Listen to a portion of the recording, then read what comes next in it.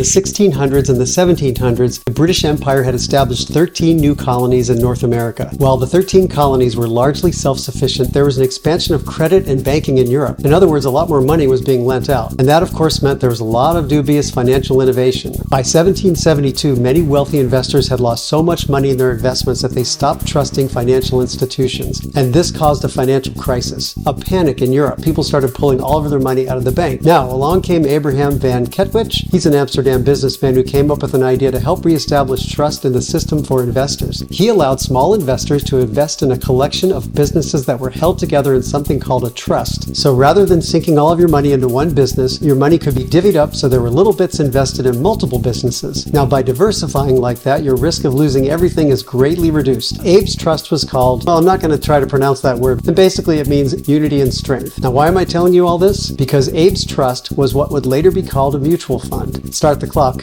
This is Sunday Money.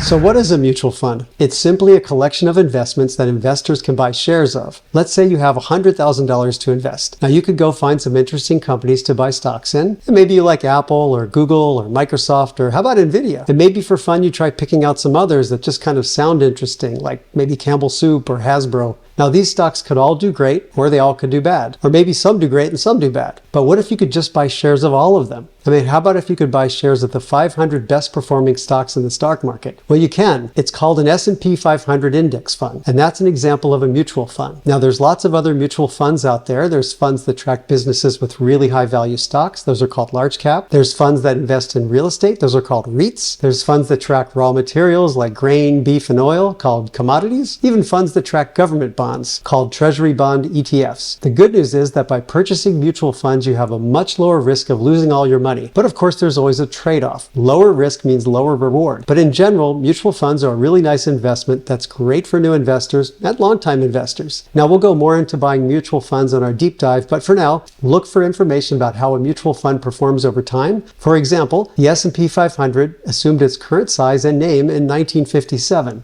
It has an average annualized return of 10.26%. Now, that simply means if you invested $100 in the S&P 500 at the beginning of the year, the value of your investment would be worth $110.26 by the end of the year on average. So that's it for mutual funds. And remember, you'll have a lot of worries in your life, but money should not be one of them. We'll see you Wednesday for a deep dive on mutual funds.